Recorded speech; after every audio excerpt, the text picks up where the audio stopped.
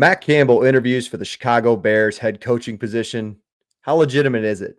And me and Justin discuss our top 3 games from the 2024 season for the Iowa State Cyclones. This is the Iowa State Fan Perspective.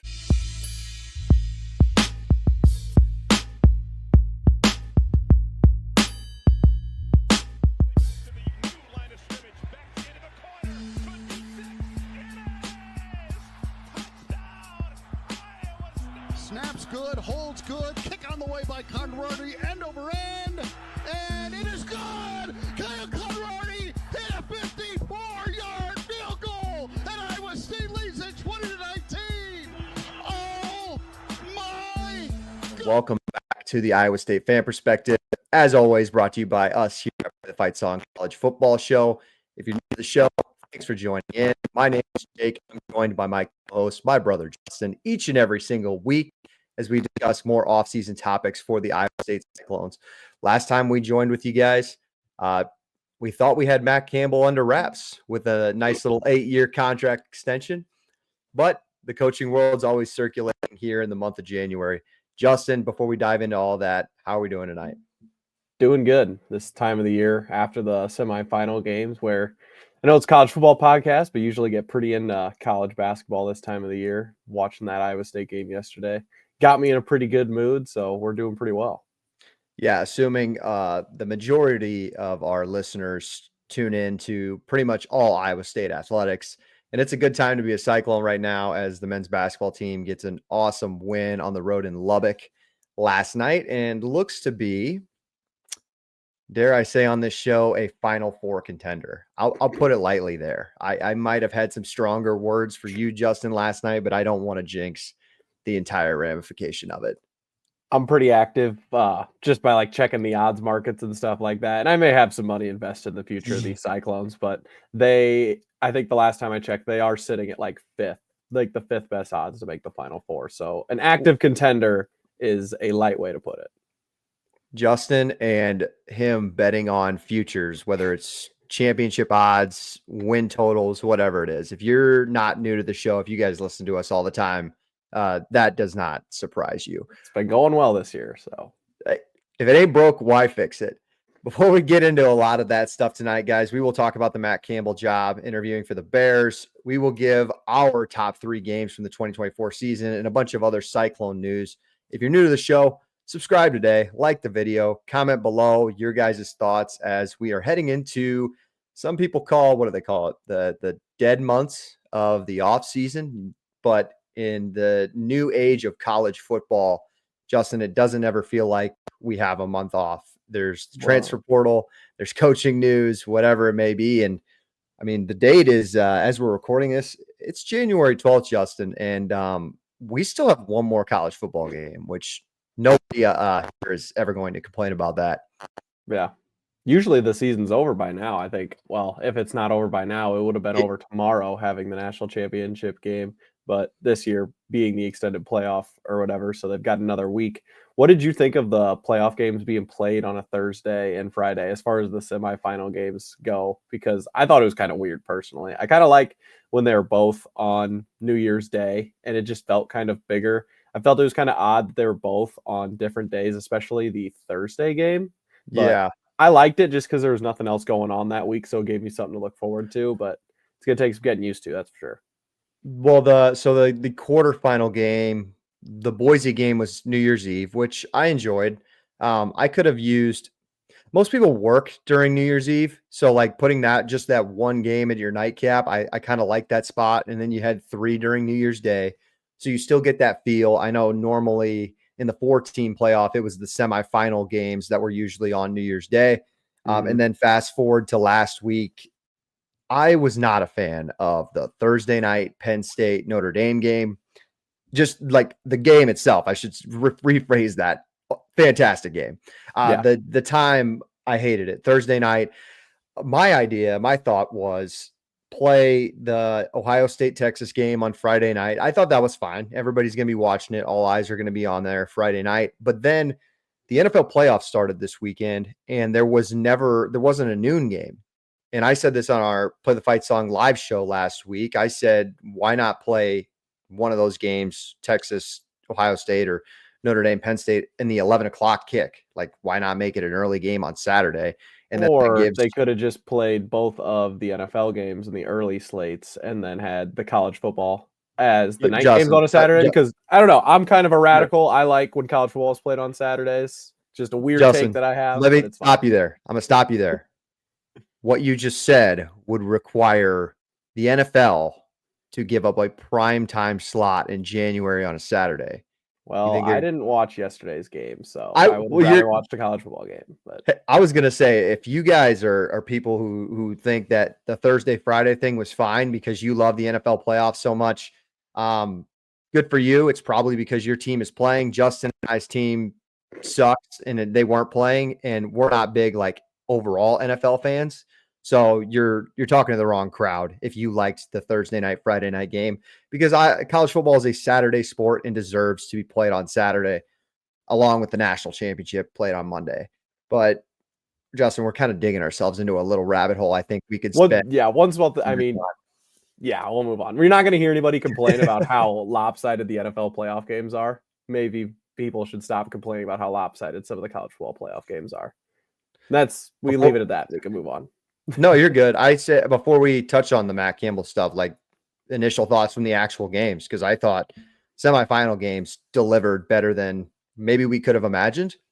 Yeah, the semifinal games were really good. I got a lot more enjoyment out of it because I finally saw a team won that I wanted to win, I guess. Is that Notre Dame?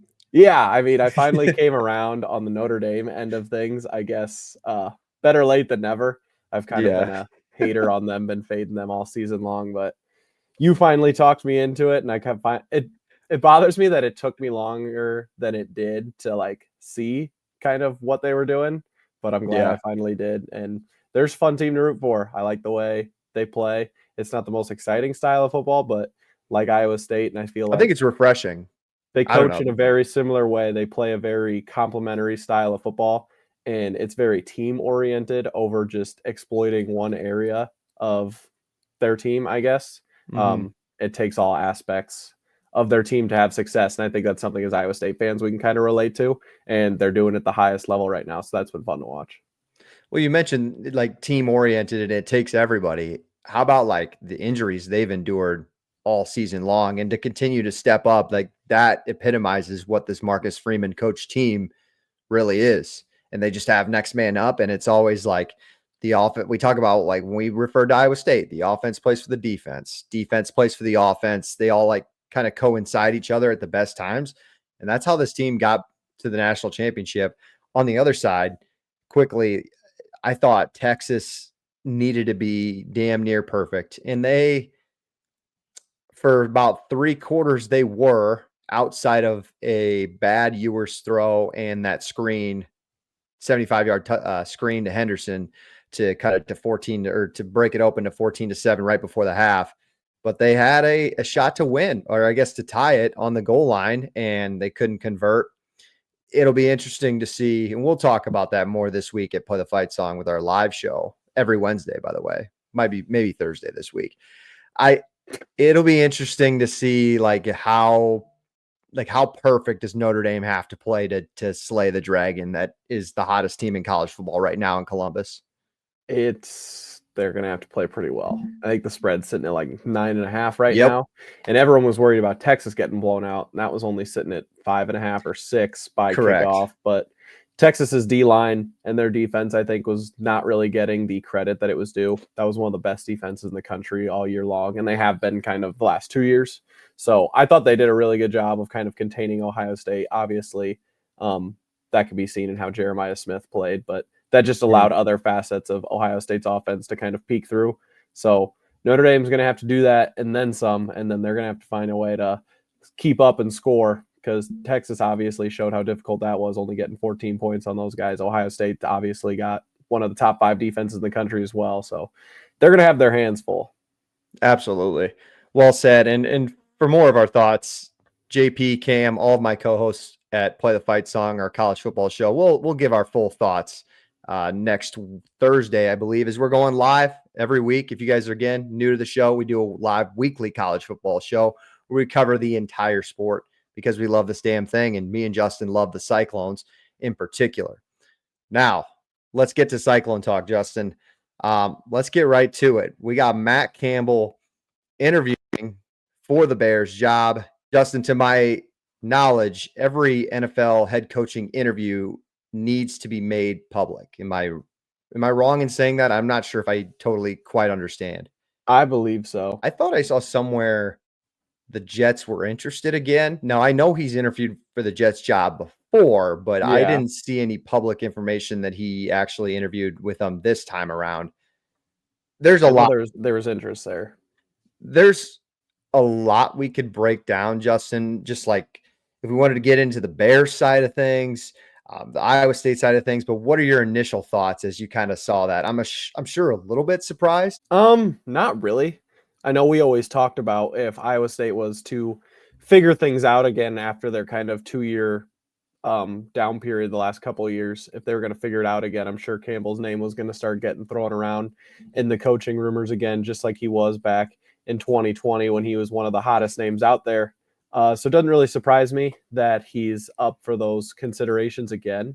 At the time in 2020, I was a lot more worried that he was going to take a job like this. Like I see these news articles and stuff like that. And honestly, as an Iowa State fan, it doesn't make me that worried. It makes sense because why wouldn't they want to hire Matt Campbell? And I honestly think now, after the 4 years of what he's been through at Iowa State, he's a much better candidate for those jobs, which is kind of different because I'm less worried that he's going to take it. But I also think teams should be going after him a lot more now than they were. So why do you think he's I don't see it. Like him in the NFL, I That's have what never everybody saw says. it. But what do you see as a viable NFL head coaching candidate that these GMs see as such as the Bears? I suppose, yeah, if we're just looking at it from a Bears perspective, they need someone to come in and be a good football coach, not just somebody who's an offensive guru or a defensive guru. I think that's something that is very much dominating the forefront of people's minds nowadays. Everyone just wants to hire the hot offensive coordinator or somebody like that. But you look around at some of these teams that are having massive success, especially like the Bears. Like nobody took Dan Campbell seriously right away. And he's not really a mastermind of one side of the ball or the other. He's a great coach and he's a great leader, and he knows how to obviously just coach football well. Just put it in a perspective like that. And just like we were talking about at Notre Dame, it's the same with Marcus Freeman. And now after that big game by Notre Dame, Marcus Freeman's name is also in consideration for the Bears job. And I don't think that's a coincidence. I think the Bears have been struggling for many years at this point, and they could use younger energy guy who's a great football coach and a great leader that could get that franchise back on point, not just one guy to fill the offensive side or just to fill a hole like that. So I think it makes a lot of sense from that perspective, but I guess some people don't see it with Campbell. I do see it with Marcus Freeman. I genuinely think Marcus Freeman would be a really good NFL coach, but he I believe he just took an extension at Notre Dame too. So it's just kind of funny how the two college coaches that they're trying to interview just took big extensions at their school. Doesn't really look at this point like they're going anywhere. Justin, while you were talking, I was wanting to see who they've all interviewed. And according to the Bears Twitter, you have Mike Vrabel, Drew Pensing. I think he's I don't know. Vrabel already took the Patriots job too. See, I don't stay up to He took it today. That's fantastic. I didn't even know that. So you keep me up on my NFL news, but that one actually makes sense. It's a perfect fit. But anyways, they did do the recent interview with Ben Johnson, Aaron Glenn, and Ron Rivera. Obviously, if you just even somebody who knows very little about the NFL, you know that I think Ben Johnson's their number one candidate as of right now. Because he's definitely the hottest name right now, being the Lions offensive coordinator. Because like you mentioned it, like Campbell's not really one or the other as far as like genius on both sides of the ball. He's just a good football coach, where Ben Johnson feels like a really good fit offensively. Now, is he a good overall head football coach? We'll have to wait and see there. Thought it's kind of funny. Like, I mean, to my knowledge, no Lincoln Riley interview and no Cliff Kingsbury interview for just because of the Caleb Williams connection, right? Like you think the Bears are I don't mean to piss off any Bears fans in this chat, but the Bears are a pretty inept franchise. Colts fans, so we still own you guys. Took your one ring away from you, but I just like I don't. It wouldn't surprise me if they interviewed a guy like Lincoln Riley or Cliff Kingsbury, just because they're trying to change it up. Like, when's the last time the Bears have picked up some massive offensive genius? Because it just feels like when you look at the Bears, it's like ineptitude on offense, and they just drafted one of the best young quarterback prospects in the last 5 years at least. Yeah, I mean, I just don't think obviously Ben Johnson with how good the Lions are doing right now. You never really know. He's obviously the hottest coaching name out there, so you don't really know. But with Lincoln Riley and Cliff Kingsbury, I mean, we've seen a lot of their mistakes and see the struggles that they're going through right now. So I don't, and the amount of offensive talent that the Bears had this year, and they were still inept on that side of the ball. I don't think just bringing in one coach just to shore up that side of the ball, just to appease the young quarterback that you don't know how good he's going to be yet, is just going to be the answer. You want a guy who you think is going to be able to lead your franchise for years to come. And looking back at like Campbell and Marcus Freeman, you said you take the Marcus Freeman one a lot more seriously. And I feel like that's only because of the Notre Dame next to his name. That's 100% right. I will get to that, but sorry, finish.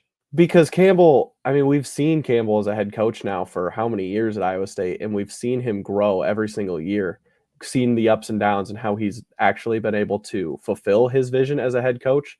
A lot of times these young head coaches get swept up like very early into their careers because they have like such a high trajectory and you want to capitalize on their potential. But I think Campbell still has potential, and he's shown that with how he's continued to grow over the last couple of years, and he's still as young as he is. And that's like, for me, why I don't really see why teams don't see that potential in him, especially like with the North Carolina job earlier in the year. Obviously, you have the chance to go get Bill Belichick. That's a little bit different, but I don't understand why more teams haven't been coming after him. And it doesn't make me mad by any means. Like, I would rather keep the guy, obviously. He's the best coach we've ever had, and I love cheering for him. But it just kind of surprises me how his name isn't as hot anymore, just because, I don't know, he's shown some flaws, but what's a coach that hasn't shown any flaws? I believe the North Carolina thing, it was Matt Campbell's side that said he didn't want the job. I think to the little knowledge that I have, because I don't have inside information, but I believe UNC, like, he was their top priority. And then he was like, no, I don't really like, I'm glad he didn't really see what's the leverage between Iowa State and North Carolina. I'm glad he didn't fall for that. And then North Carolina went all in on this publicity stunt that is Bill Belichick, because I don't think that'll work out. But nonetheless, Matt Campbell, the NFL coach, why I don't think he's necessarily, I can't, maybe you're right, Justin. Maybe I just don't see it. Maybe he is fit for the NFL, but for me, it's the personality. It is Matt Campbell loves developing. He loves to build culture, and he loves to teach. He says it all the time. He loves developing 18 to 22-year-old kids. That's not the NFL. The NFL is built on, like, sometimes it's drafting, sometimes it's picking up a big free agent name, but like, these guys are adults. So like, he would change his whole mantra of developing kids and sticking with the process. You know what fan base or just organization in general that doesn't really love the word process? It's the NFL. Like, if you don't turn it around in a year and a half or two, there is no process. Like, you don't get 4 years, 5 years, 6 years in the NFL of being, eight and nine, 9-8, like, whatever. Like, again, Colts fans, Justin, we can relate to this. There is no process in the NFL. So I don't see it that way. Third off, I don't know Matt Campbell personally, but he kind of said it in his Pop-Tarts interview, Justin. He loves the city of Ames. Like, he loves the Midwest. Do you see what I'm coming from? Like, he has a small, young kids. I believe he loves the school system. Like, he loves, raising his family in the Midwest, and the Ames is a great town. Clearly we're biased, but it really is a great town to raise a family and coach football. You're going to Chicago now, you're probably living in the suburbs or whatever, but none of it just makes sense to his personality. And I'm sure there's no doubt in my mind he would be able to find like assistant coaches that would help him adapt to the NFL. And maybe he goes after, like you said it the other night, Justin. I thought it was perfect. Like brings on Nate Scheelhaus to be his offensive coordinator. That sounds awesome. But just for those things in general, he's just a process oriented guy, and I don't think that fits the NFL. And that's why I also think it doesn't fit teams like Ohio State when those jobs have been thrown around his name as well. So that's kind of my 2 cents. Yeah, there's obviously less patience at the big programs and at Ohio State. I mean, Campbell gets whatever he wants at Iowa State, and I'm not trying to talk him Yeah. into leaving. I'm not even a Bears fan. I think there should be a little more validity, a little more respect around his name because I think he's a hell of a football coach. I think football is football. A lot of these teams need programs, need stability, need leaders, and I think those are things that Campbell has shown he is top tier at and is continuing to get better with his age, with his track record. It just surprises me a little bit that some people are like surprised or don't really take him as seriously because if you look at what he's done, look at where he's come from. I mean, I don't know what more you could want from a coach. That is exactly where I wanted to kind of finish this up. This is a good wake up call to the fan base who were maybe naive to think he just signed this contract, he's here for life, whatever. Like he continues to win 10 games at a program like Iowa State, guys. These big names they're never going to go away.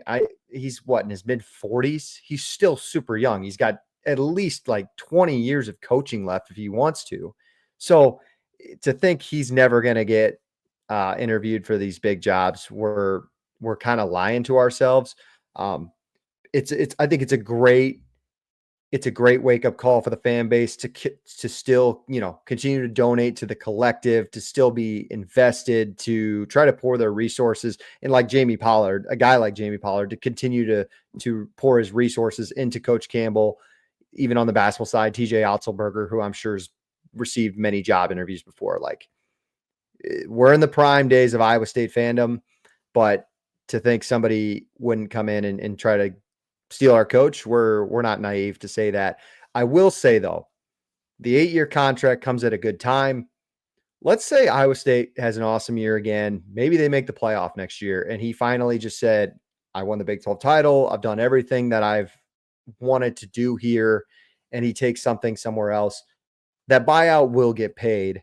And I think Iowa State is in a good position to go and get somebody, or maybe they promote within to be their guy. Like the flip side of this is the fans that think once Campbell leaves, it's over. Like we're going to go back to Gene Chizik all over again. I think Iowa State's still in a great position with an awesome AD and Jamie Pollard that they could get another guy fit for this job. Will he be as good as Matt Campbell? No. Probably not. But just think of all the resources now that Campbell's brought in, like the new buildings and the stadium, and people are going to continue. Justin, we're going to still do this show. Like when Matt Campbell's days are over, whether it's a year from now or 20 years from now, Iowa State football will still move on. I think it's in a good position for somebody else to take it over. Yeah, I think there's definitely validity to that. I don't want to, and I don't want Iowa State fans to take for granted what we have going right now. That's for sure. Good point. Good point. Let's end there. All right. That is everything for Matt Campbell and the Bears. Just looking at, I guess, some of the recent interviews they've done. They also interviewed Pete Carroll. I don't think Campbell will take this job, nor will I think they even offer him. But just goes to show the offseason still lives on, and there's a lot of things to talk about. Other coaching news for Iowa State. Kyle Kempt takes the Drake offensive coordinator. I think that's really cool opportunity for him. He's been an analyst for Iowa State on the offensive side of things for, God, what was that, 3 or 4 years now? I mean, pretty much since Yeah, at he was least. done playing. I mean, it just looks like a step up for him. I honestly, selfishly hope he kills it at Drake. And there's no doubt in my mind, like if he continues to kill it at Drake, who's to say in years down the road he couldn't come back to Iowa State with a bigger job. So I think as far as his analyst job, like Iowa State's been really, really good with rewarding former players and giving them coaching jobs. I know I shouldn't say Jake Waters was an enemy. He was at Kansas State, quarterback there, but like you look at like Deion Broomfield. I want to say, is it Sheldon Croney? I think is still on the staff, running back. I don't know exactly what he does. Trevor Ryan, I know, was on the staff for a little bit. So Campbell loves to keep his guys within, and I think it's guys that know and how to coach the culture at Iowa State. I know it's cliche. Now, have they come out and said who's gonna? Because Kempt was quarterbacks coach, correct? Yeah, I think so Have they too. come out and said who's gonna take over that role? Because No. it seemed like, at least from the optics of it on the outside, that him and Rocco had a really good relationship. And he was around when Brock was still playing. Like Yeah, him and Brock had a good. his first year was Brock's last year, I believe. Yeah. So he obviously is a really good coach.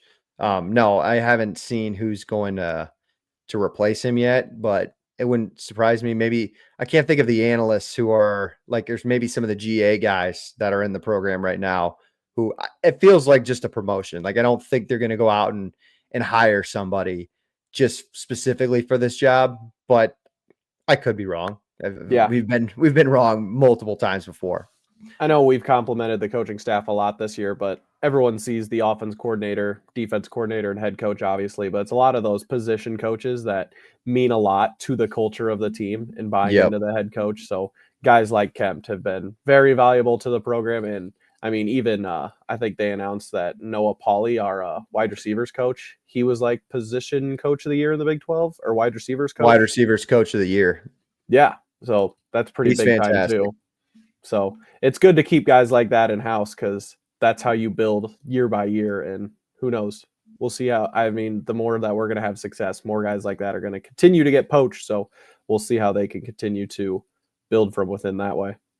Justin, I'm looking at the rundown here as we're kind of chatting, and I know we were going to possibly get into some like NFL drafts with the guys. I want to skip that, and then I want to touch on transfer portal news, because Iowa State does in fact make some more headlines in the transfer portal as they go and get a defensive end from Yale. Now, right now, according to 247, he's got zero stars, but I will say this feels like an awesome get just from the broad scheme of things. He's a 6'5" edge from Yale, 6.5 sacks last year, 2 forced fumbles, 22 tackles. I think he led the Ivy League in sacks. I believe he also led the Ivy League in forced fumbles. Really good PFF grade if you're into that. This is the third defensive end Iowa State has picked up in the portal. And just by the basics of it, I don't even think I said his name yet. Tamatoa McDonough. I think I got that right. I mean, I've been pretty bad at names. I'm not even going to try. I feel like I got that one pretty close, but we'll have to wait and see on that. This one feels like you go back to last year. Who was your Ivy League pickup? It was Jalen Travis. And even though he was hurt for the beginning of the year, he ended up being awesome. He's going to be an NFL prospect. I see some of the writing on the wall with McDonough as well, different position. But Justin, what are your first initial thoughts? Like, huge get for Iowa State, right? That we talked about it. They need more defensive ends.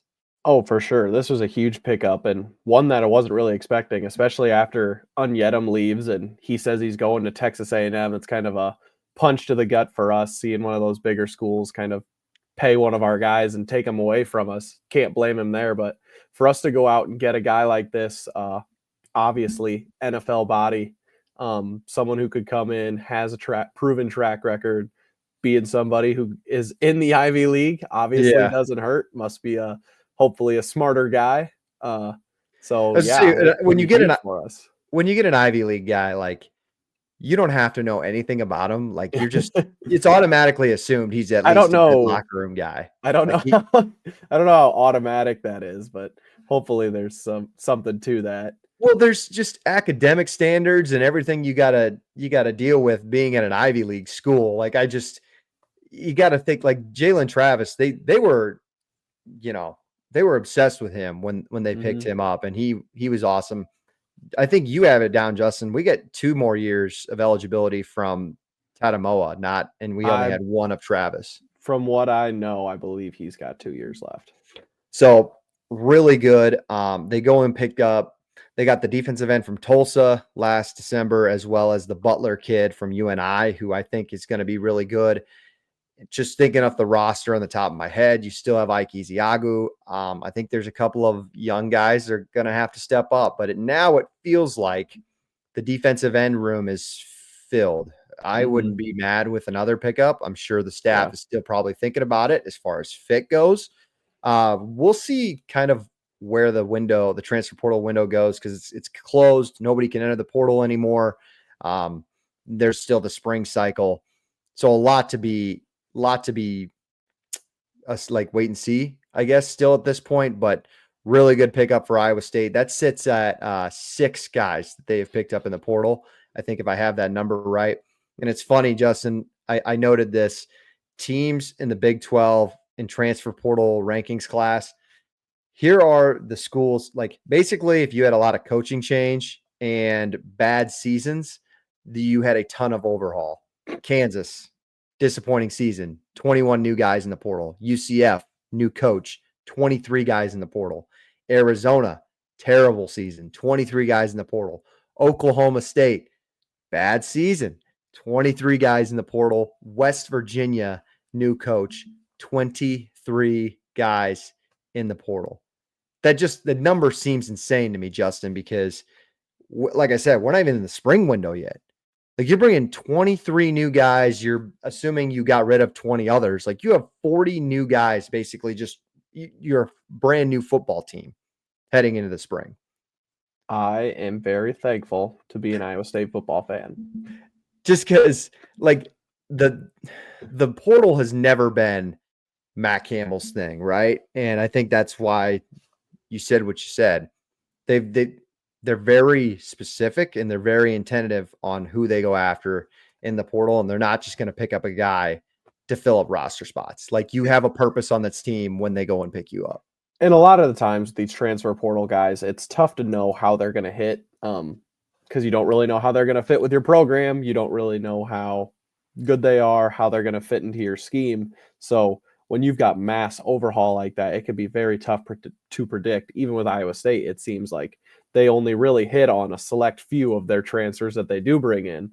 On the McDonough piece, you look at his body and his body of work. He looks like a guy who could fill right into the scheme of what we had with Will McDonald just a couple of years. Obviously, you can't project somebody to come in and Right. replace one of our only first-round picks in school history, but you can at least see how the scheme and the fit will be there for us. So that's got to be really exciting for the team. Well, that, and I wish I couldn't find any film on him. Like, I tried looking at it, I couldn't find any highlights from him on Yale, but yeah, you look at least the size, and it's like, it's massive to get a kid like that. That's just huge and long on the outside. With the defensive ends, like, fans need to understand the defense that Iowa State plays.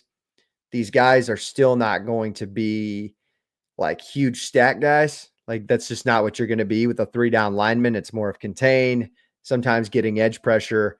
If you have more guys and more depth like you did 3 years ago, you can put Will McDonald in situations to be just strictly a pass rusher and to get after it. But if the less depth you have, like this year, you're forced to just put Tyler Onyedem in and just have him sit on the outside and try to contain. So keep that in mind. Speaking of Onyedem, the latest in the departures for Iowa State, Justin, J.J. Cole commits to App State. Joey Aguilar transfers to UCLA. So it looks like J.J. could be the guy next year. I'm sure it's not guaranteed at this point, but I think that's a fun opportunity for him. I think that's going to be it's just a fun school, I guess, to root for in the Sun Belt. They just got rid of their coach and Sean Clark this offseason. So new head guy there that he'll have to adjust to. But JJ is one of those guys you wish for nothing but the best, just an Iowa kid, highly rated, recruited out of Iowa or out of high school. So hope it works out for them. But Tyler Onyedem commits to Texas A&M. You highlighted, Justin, that Texas A&M has now picked up 3 defensive ends in the portal. And this one looks like, from everything that I understand, it's a guy who just took some money and he's going to be a depth piece on an SEC school because they can afford to just do that with anybody. but you can't blame him. No, absolutely Especially with not. No, just like what that's we were talking about, how it's harder to put up numbers at the DN position here at Iowa State. Texas A&M's kind of going through it too, where they need as much help on the line as they can get. It's kind of an issue that a lot of teams are facing because linemen are really hard to come by. That's why even when we get a DN from Yale that not many people know about, that we make such a big deal out of it, because getting guys like that is huge in the portal, especially once we're losing guys. And I could see Yetum. I mean, he's probably going to get some pretty serious minutes down there at Texas A&M. They're overturning a lot of guys on their D line like that. So yep. They're losing Scorton, and then and the other guy I can't remember at the top of my head. So they are going to need more bodies in there. But speaking of which, I don't think we've talked since the last time Dom Orange, Big Citrus, announced that he's coming back for Iowa State. that was the biggest portal news of the year, was him going nowhere. Bigger than And Rocco. I didn't think Rocco was going anywhere. You were And okay, so you're saying, maybe that's naive of me. Even if his dad got the West Virginia job, I didn't think he was leaving. I didn't either. It just doesn't make a whole lot of sense. He's a guy who legitimately has a chance to go to the NFL next year or 2 years down the road. And when you have something working as a quarterback at a team, you don't really want to just jump ship and screw something like that up. I think he's in a really good position here at Iowa State. So I didn't take that very seriously. But Dom Orange, I know you specifically and me too were both really worried that someone was going to poach him, or he was maybe even going to enter the NFL draft. He was offered money. Like that's there. Yetum got money. You don't think Dom Orange got tampering? If you think Tyler Yetum got a bag to go to A&M, what do you think Dom Orange got paid? We talk about the defensive end and how it fits in Iowa State. There's nobody more important than the one man in the middle on a 3-down front, Justin. And they saw what Dom Orange could do in this defense. Yeah, I'm pretty sure an SEC school was willing to give him 4 or 5, maybe not 4 or 5. That's a little crazy, but $2 or $3 million bucks. I mean, he's at least worth $2 million in the SEC, especially with the defenses in the SEC and how they play. If he stays healthy, he's going to be one of the most impactful defensive players in the conference, period, next year. Yep. You can't underestimate how important a great interior D lineman is, because you just can't really scheme around it when the middle of your defense or your middle of your offense is getting blown up. And yeah, he is going to be huge for us. So being able to retain him, you can't really put a value on that. Hopefully he stays healthy next season, and I could see him being a top 1, probably 2nd round pick next year. I'm excited to see what him and then Zamir Hawk can do as well, because Zamir came into his own at the end and followed in the footsteps of Dom Orange is not bad company to take part of. Last couple of things on the transfer portal: Trent Jones, defensive end, committed to UConn. So, definitely not taking a step up from Iowa State. So we kind of knew that it wasn't a huge loss when he left. And then Jacob Ellis was one of the other surprises, I guess we say on this show. He went to Colorado State. So again, everybody but Yetum took a step down, just trying to find the words to describe that, went to a kind of a lower level of college football. So that's a big win for Iowa State. Yetum, sucks to see a guy like that go, but they went after it right away. And I think they're ready to fill some of those pieces. And then everybody else, big win. You kept Dom Orange, kept Rocco Beck, numerous guys else. So Iowa State, at least for the winter cycle, Justin, wins in the transfer portal. Any more thoughts before we get to our last segment for our top games of the year on the portal? Not really. I'm looking forward to seeing how this team goes in spring. And now officially for Iowa State, the portal is closed because you get that 5-day window after your last game of the season. So it'll probably be pretty quiet until the spring rolls around for us. Absolutely. All right. Before we get into our top 3 games of the 2024 season, make sure to subscribe to the channel if you haven't. We appreciate all the Cyclone listeners we get each and every single week. We appreciate you guys following along with this journey for us.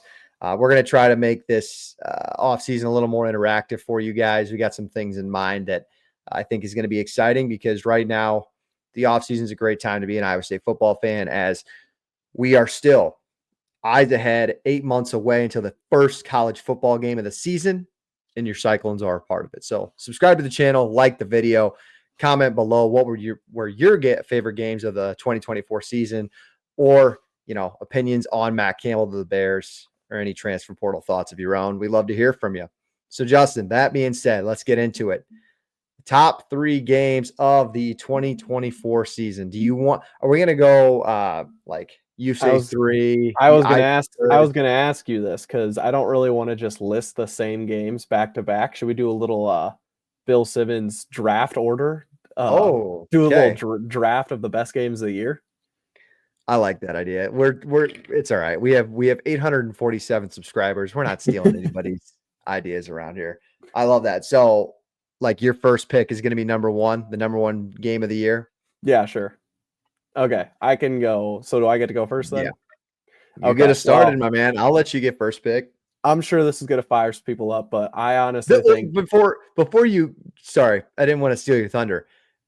I think there's legitimate conversation for numerous games. I don't think one is clear and cut. Maybe fans will let me know and disagree, but sorry, go ahead. I'm sure this will definitely get, I don't know who watches these games, if any specific fan bases outside of Iowa State ever watch these videos, but I think the best game of the year for the Iowa State Cyclones was the Iowa game. Okay. Definitely going to be my first pick there. And not that it had the most impact on the team, but it being the second game of the year just gave us a lot of momentum and confidence to start the season. And I also think it was just a perfect representation of kind of how our season went. We had a lot of ups and downs in that game, started out really slow. It could have got out of hand pretty easily, but the team fought and was resilient all night long, or all afternoon long, I guess. And just for them to give themselves the opportunity at the end of the game like that, to have that drive, for them to be able to step up in that moment, step up on some of those goal line drives, and to be able to take advantage of their opportunities, I thought just showed perfectly what this team was about in 2024.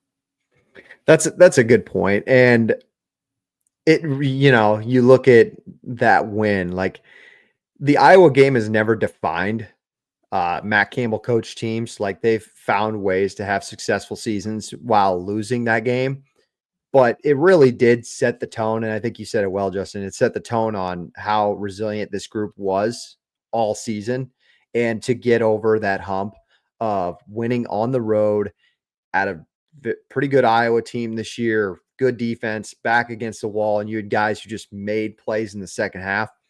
I think the confidence just soared from there, because obviously they started 7-0 and they went on from that point.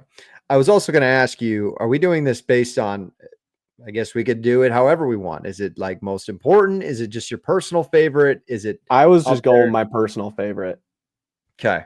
I had a lot of fun watching this game. Obviously, we watched it together and we were having a good time, but I also wanted the games to kind of like mean something for the team too when I was ranking it. So I kind of a little bit of mixture of both. Okay. I'll go my number 1, and I don't think this is a surprise. It was probably a debate between 1 and 2 for these two, but I'm going Kansas State to get your 10th win, to be a good Kansas State team that still had a lot to play for.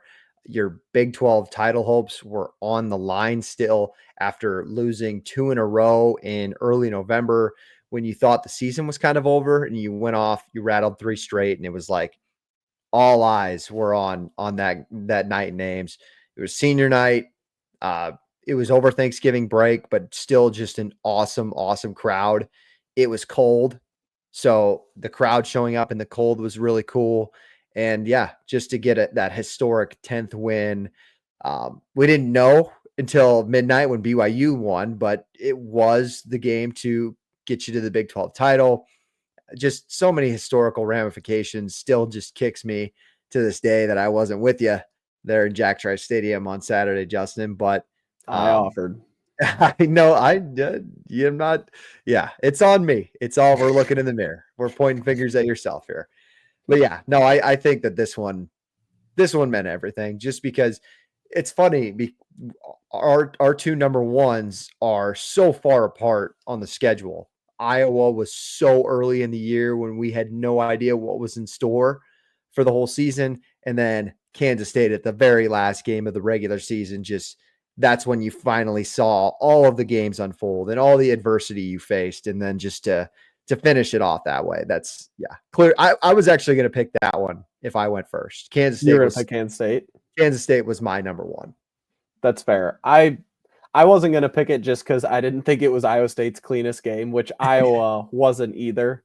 But I was going to say, what? Did you watch the first half of the Iowa game? The second half, they just played so well. But this game was a lot of fun, and it was really cool to be there and get to experience all that, the rushing of the field. I mean, once we had it on lock, I just remember I was sitting in the upper deck for this one, so I was sprinting down to the sideline so I could hop onto the field and join everyone out there. And it was just like such a happy environment, just sigh of relief from everyone. I mean, I was at almost every game this season from the first game of the year to the Texas Tech game, to the Kansas game, to this Kansas State game, just to see the fan base go from like the heartbreak of when we were walking out of that Texas Tech game and how I felt leaving the Kansas game to get to experience this moment in Jack Trice and to get the 10th win is something I'm not going to forget for a long time.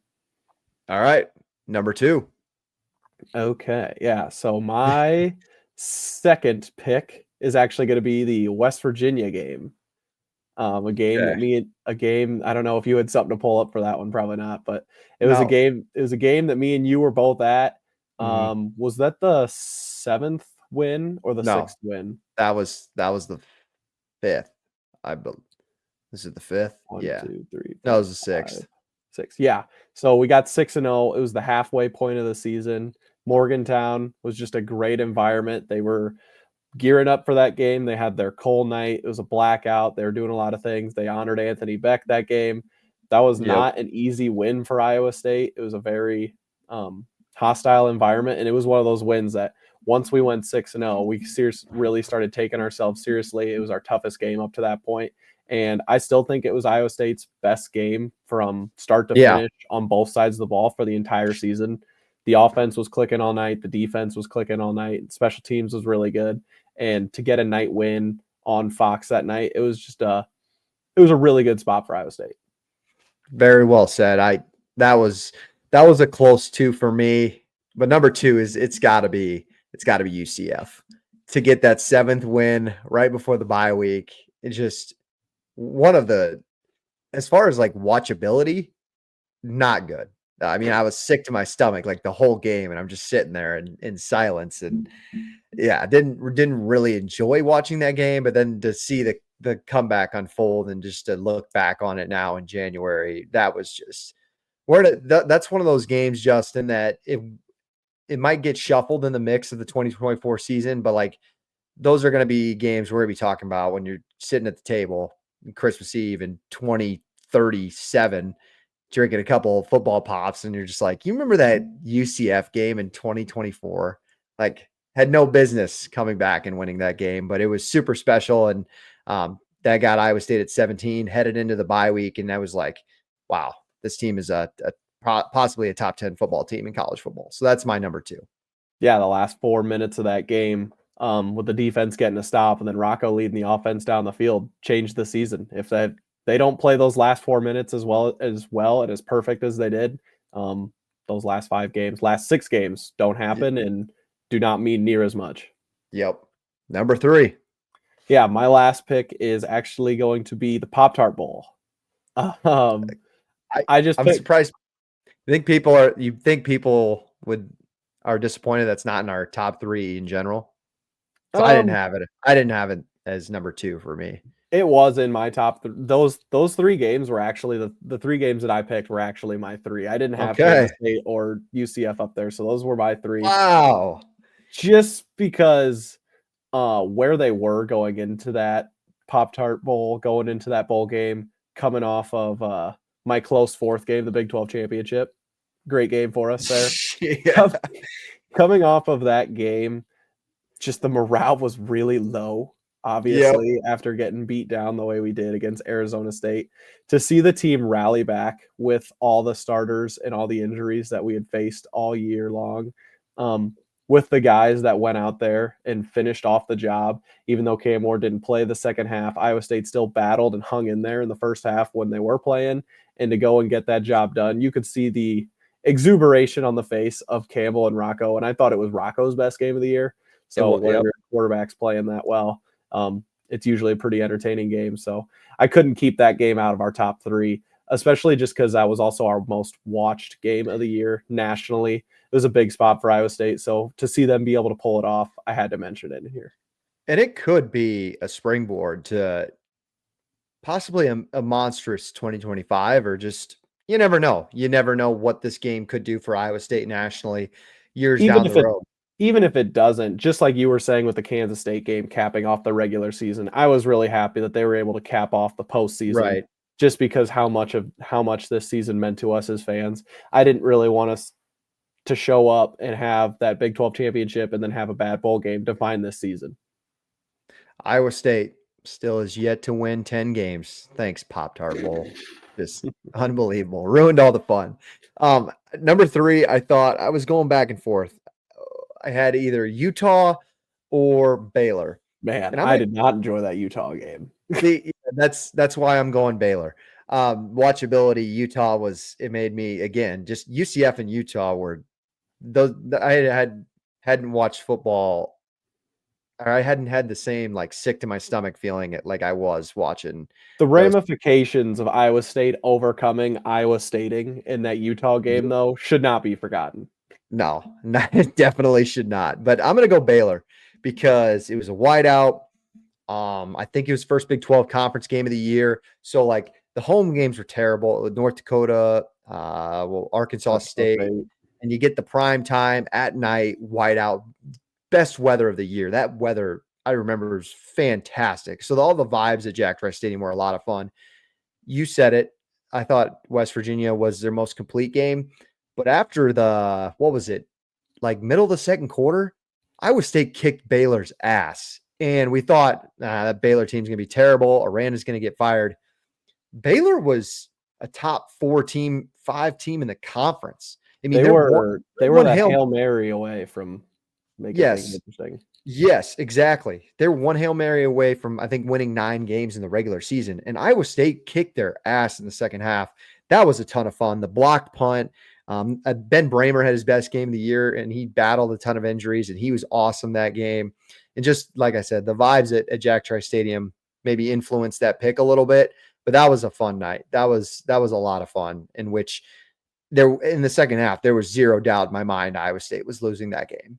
Whereas some of the other ones, Utah, UCF, Iowa, it's just like, oh God, is Iowa State going to pull this one out? But no, you had to throw an actual fun game in there. So that's a good list, Justin. I had Kansas State, UCF, Baylor. You went Iowa, West Virginia, Miami. I guess with that kind of, I know it's 2025, but that kind of closes does that close our book officially on the 2024 season? Are we officially all eyes ahead to Ireland? I think so. It's obviously, can't stress how fun of a year it was and how much it meant to us as Iowa State fans, but one week left in the in the season as a whole for college football, and we're a couple weeks past the bowl game now. So transfer portal's all done. You can kind of close the book on this one. Enjoy it while we've had it, and then spring's usually gonna be a quiet couple of months for us. But once that spring game rolls around, we're gonna be all over that. Nobody's a bigger spring game fan than the Play the Fight Song college football show. I can promise you that. We tailgating again this year? Well, I got to make it down this year. I didn't make it last year. It was terrible weather and something came up. It was cold. I was there. I was in the parking lot for multiple hours for no reason. Because you care. It's because you care. Going forward, we closed the book on 2024, the awesome 11-win 2024 season. We didn't get to it tonight. Justin and I do want to talk about some NFL draft stuff with those guys, because this year could be a big number for Iowa State and NFL draft prospects. There hasn't been an announcement yet, but I'm assuming, Justin, that we're going to get a scheduled date for the entire 2025 season eventually. Like I looked back last year, it was at the end of January when we got it. I'm assuming it's going to go a little later now because of the length of the college football season. And so it's going to delay that. But I'm hoping early February we can get some actual dates, and then we'll go through the entire schedule and lay it out just like we did last year. And then I think, this is an interactive show. So if you guys want us to talk about something, let us know in the comments. But I'm thinking, Justin, in our next show, we're gonna do something. We want to do like a Rocco versus Brock debate, or just maybe we'll do a Bill Simmons Iowa State quarterback draft again. Maybe we'll do that and lead it that way. I kind of had fun with that, and I'm sure our listeners did too. Anything else, Justin, before we close out of here? Who is your national championship winner? I think it would be silly for me to pick against Ohio State at this point, as much as I want Notre Dame to win. I think Ohio State's sitting at like a 9.5-point favorite right now. I feel like Notre Dame's really going to have to play the perfect game to pull that one off, which maybe they can. That would be pretty exciting if they did. But if I had to pick, I'd probably pick Ohio State. Not a bad pick. You can get my pick, Jordan's pick, and Cam's pick at our Play the Fight Song College Football live show this upcoming Thursday. We appreciate you guys tuning in once again. Subscribe to the channel, like the video, comment your thoughts from the episode below. We will see you guys very, very soon. As always, how I got to send us out. No matter what, go Cyclones.